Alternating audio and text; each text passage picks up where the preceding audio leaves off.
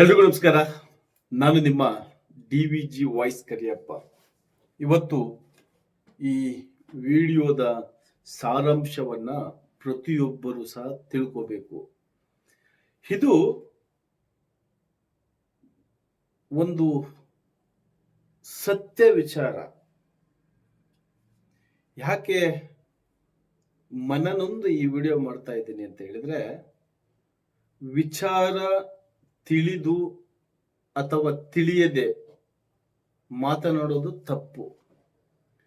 ಆ ವಿಚಾರದ ಬಗ್ಗೆ ಪೂರ್ತಿ ಕ್ಲಿಯರ್ ಆಗಿ ನಿಮಗೆ ಗೊತ್ತಿದ್ರೆ ಅಥವಾ ನೀವು ತಿಳ್ಕೊಂಡಿದ್ರೆ ಅಥವಾ ಆ ವಿಚಾರದ ಬಗ್ಗೆ ಪೂರ್ತಿ ಸ್ಟಡಿ ಮಾಡಿದ್ರೆ ಒಬ್ಬ ವ್ಯಕ್ತಿ ಒಳ್ಳೆಯವನು ಅಥವಾ ಕೆಟ್ಟವನು ಅಂತ ಡಿಸೈಡ್ ಮಾಡೋ ಅಧಿಕಾರ ನಮಗೆ, ನಿಮಗೆ ಅಥವಾ ಅದನ್ನು ಮಾತಾಡುವಂಥವ್ರಿಗೆ ಇರುತ್ತೆ.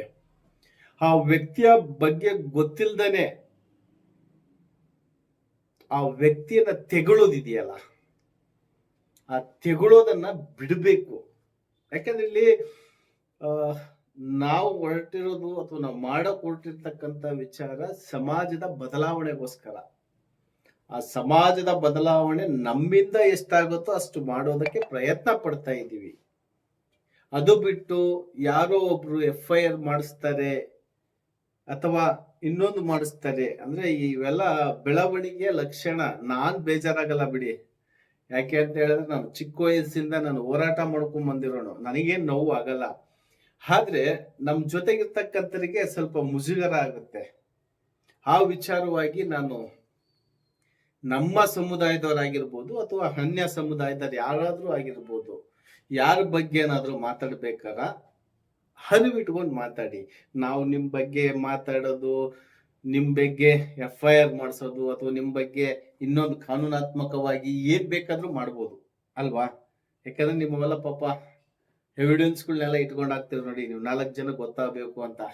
ತಪ್ಪು ಮಾಡಿದರೆ ಅನುಭವಿಸ್ಬೇಕು, ತಪ್ಪಿಕಷ್ಟ ಅಂತ ಹೇಳೋದು ಯಾವಾಗ ಅಂತ ಹೇಳಿದ್ರೆ, ಅದಕ್ಕೆ ನಮ್ಮ ಸಮಾಜದಲ್ಲಿ ಅಥವಾ ನಮ್ಮ ದೇಶದಲ್ಲಿ ಇನ್ನೂ ಕಾನೂನು ಇದೆ, ನ್ಯಾಯಾಲಯ ಇದೆ. ಆ ನ್ಯಾಯಾಲಯದ ಮೇಲೆ ಇನ್ನೂ ನಮಗೆ ಭರವಸೆ ಇದೆ. ಆ ಭರವಸೆಯನ್ನ ಯಾರು ಕಳ್ಕೋಬಾರ್ದು. FIR ಆದ ತಕ್ಷಣನೇ ಆ ವ್ಯಕ್ತಿ ಮೇಲೆ ತಪ್ಪಾಗ್ಬಿಟ್ಟಿದೆ, ಆ ವ್ಯಕ್ತಿನೇ ತಪ್ಪು ಮಾಡಿದ್ದಾನೆ ಅಂತ ಡಿಸೈಡ್ ಮಾಡೋದಿದೆಯಲ್ಲ, ಅದು ಬಹಳ ತಪ್ಪು. ಯಾಕೆಂದ್ರೆ ಈಗ ಎಲ್ಲಾ ಗ್ರೂಪ್ಸ್ಗಳಲ್ಲೂ ಸಹ ನಾನು ಬಹಳ ದಿನ ಮಾತಾಡಿಲ್ಲ. ಕಾರಣ ಇಷ್ಟೇ, ನಾನು ಆ ಸ್ಥಳದಲ್ಲಿಲ್ಲ, ನನಗೂ ಆ ವಿಚಾರಕ್ಕೂ ಸಂಬಂಧ ಇಲ್ಲ. ಆದ್ರೂ ನನ್ನ ಮೇಲೆ FIR ಆಗಿದೆ. ಹಾಗೂ ನಮ್ಮ ರಿಪೋರ್ಟರ್ ಅಜಯ್ ಕುಮಾರ್ ಮೇಲೂ FIR ಆಗಿದೆ.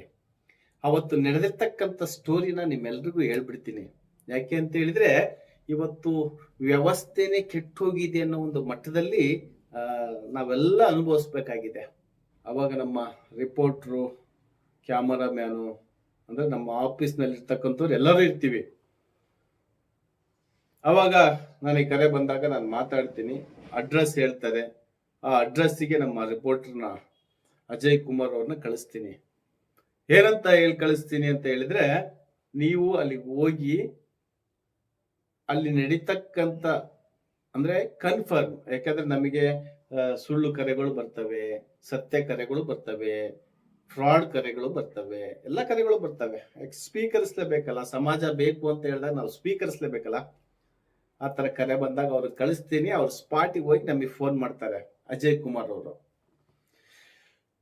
ನಾನು ಅದಕ್ಕೆ ಏನ್ ಹೇಳ್ತೀನಿ, ಸರಿ ನೀನು ಅಲ್ಲಿ ಅವ್ರ ಮನೆಗೆ ಹೋಗ್ಬೇಡ, ಅಲ್ಲಿ ಹೊರಗಡೆನೆ ನಿಂತ್ಕೊಂಡು ವಾಚ್ ಮಾಡು. ಅದಕ್ಕೆ ಸಂಬಂಧಪಟ್ಟಂತ ಅಧಿಕಾರಿಗೆ ನಾನು ಫೋನ್ ಮಾಡ್ತೀನಿ. ಆ ಅಧಿಕಾರಿ ಬಂದಾದ್ಮೇಲೆ ಆ ಅಧಿಕಾರಿ ಜೊತೆಗೆ ಹೋಗ್ಬಿಟ್ಟು ನೀನು ವಿಡಿಯೋ ಮಾಡಪ್ಪ ಅಂತ ಹೇಳ್ತೀನಿ. ಆಯ್ತು ಅಂತ ಹೇಳ್ತಾರೆ. ನಾನು ಸಂಬಂಧಪಟ್ಟಂತ ಅಧಿಕಾರಿ ಅಂದ್ರೆ ಹೆಲ್ತ್ ಇನ್ಸ್ಪೆಕ್ಟರ್ ಕರೆ ಮಾಡ್ತೀನಿ, ನಿಖಿಲ್ ಅವರಿಗೆ. ನಿಖಿಲ್ ಅವರೇ ಈ ತರ ಹಿಂಗ ಆಗ್ತಾ ಇದೆ ಅಂದ ತಕ್ಷಣನೇ ಅವರು ಪಾಪ ಸ್ಪಾಟ್ ಅಲ್ಲೇ ಜಲ್ದಿ, ನಾನು ಹೇಳಿದ ಒಂದು 10 ನಿಮಿಷದಲ್ಲಿ ಆ ಸ್ಪಾಟಿಗೆ ಹೋಗ್ತಾರೆ, ನಮ್ಮ ರಿಪೋರ್ಟರ್ ಸ್ಪಾಟಿಗೆ.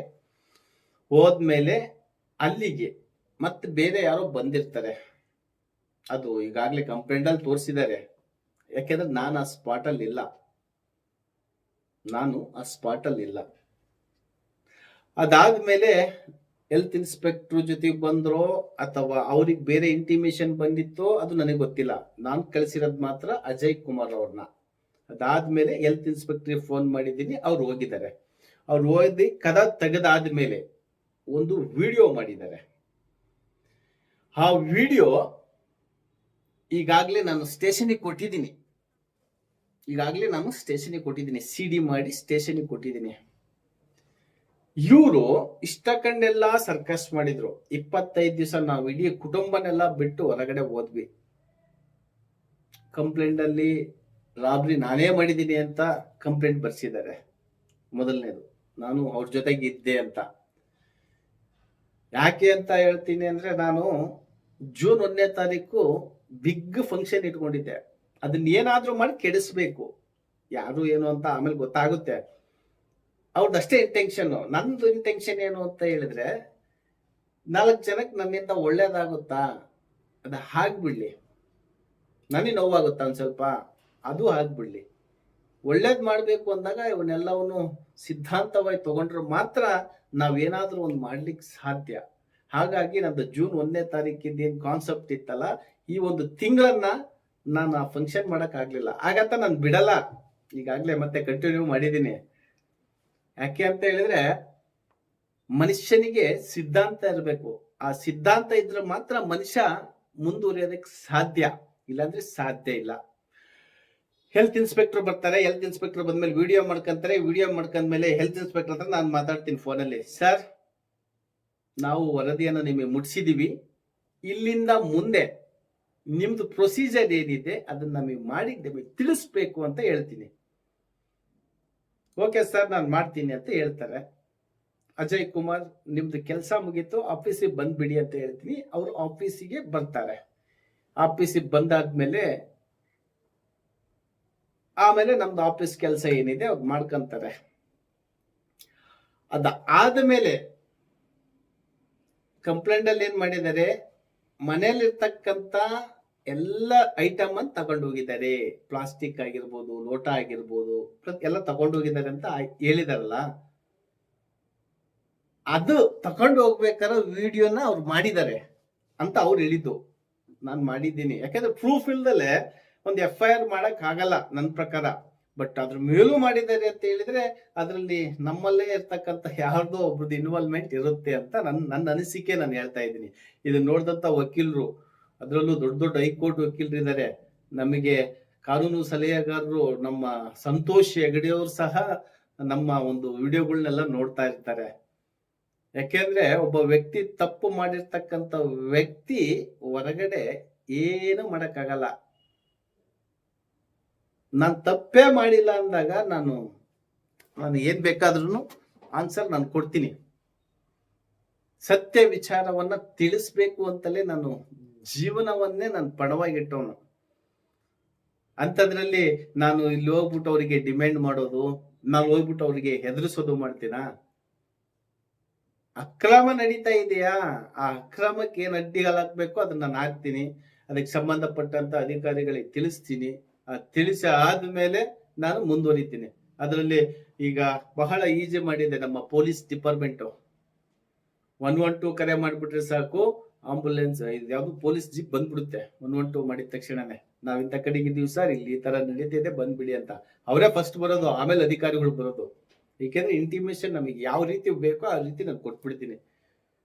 ಬಟ್ ಇಲ್ಲಿ ಏನಾಗಿದೆ, 2016ರಲ್ಲಿ ಆಗಿರ್ತಕ್ಕಂಥ ಒಂದು ಕಾಯ್ದೆ ಅಥವಾ ಆದೇಶ, ಆ ಆದೇಶ ಬಿಟ್ಬಿಟ್ಟು ಇನ್ನು ಉಳಿದದ್ದೆಲ್ಲ ಮಾಡ್ತಾ ಇದ್ದಾರೆ. ನಮ್ಮ ದಾವಣಗೆರೆ ಮಹಾನಗರ ಪಾಲಿಕೆಯಲ್ಲಿ ಇರ್ತಕ್ಕಂಥ ಪ್ರತಿಯೊಬ್ರು. ನಾನು ಹೇಳೋದಿಷ್ಟೇನೆ, ಮೊದಲು ನಮ್ಮ ದಾವಣಗೆರೆಯಲ್ಲಿ ಇರ್ತಕ್ಕಂಥ ಆಫೀಸರ್ಸ್ಗಳು, ಪ್ಲಾಸ್ಟಿಕ್ಗೆ ಸಂಬಂಧಪಟ್ಟಿರ್ತಕ್ಕಂಥ ಆಫೀಸರ್ಸ್ಗಳ ಬಗ್ಗೆ ಮಾತಾಡ್ತೀನಿ ನಾನು. ಯಾಕೆಂದ್ರೆ ಈಗ ಪ್ಲಾಸ್ಟಿಕ್ ಅಲ್ಲಿ ಆಗಿರ್ತಕ್ಕಂಥದ್ದನ್ನ ಮೇಲೆ ಸುಳ್ಳು FIR, ಅದರಿಂದ ನಾವ್ ಎಷ್ಟು ನೋವು ತಿಂದಿದ್ದೀವಿ, ನಮ್ ಜೊತೆಗಿದ್ದಂತ ಸ್ನೇಹಿತರುಗಳೆಲ್ಲ ಎಷ್ಟು ನೋವು ತಿಂದಿದ್ದಾರೆ, ಪ್ರತಿಯೊಂದು ಸಹ ಅದು ನಮಗೆ ಗೊತ್ತಿದೆ. ಮುಂದಿನ ದಿನಗಳಲ್ಲಾದ್ರೂ ಅವ್ರು ಅರ್ಥ ಮಾಡ್ಕೋಬೇಕು. FIR ಮಾಡಿಸಿರ್ತಕ್ಕಂಥ ವ್ಯಕ್ತಿಗಳು ಸುಳ್ಳು FIR ದಾಖಲು ಮಾಡ್ಕೋಬೇಕಾದ್ರೆ ಇದ್ದಂತ CPI ಸುನಿಲ್ ಅವರೇ,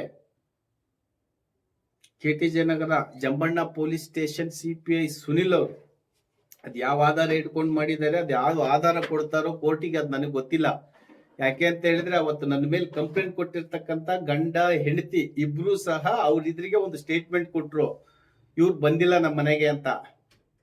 ಅದಕ್ಕಿಂತ ದೊಡ್ಡ ಸ್ಟೇಟ್ಮೆಂಟ್ ಕೋರ್ಟ್ ಅಲ್ಲಿ ಏನ್ ಕೊಡ್ತಾರೋ ಗೊತ್ತಿಲ್ಲ, ಆದ್ರೂ ನಮ್ಮ ಇಬ್ರು ಮೇಲೂ FIR ಆಗಿದೆ.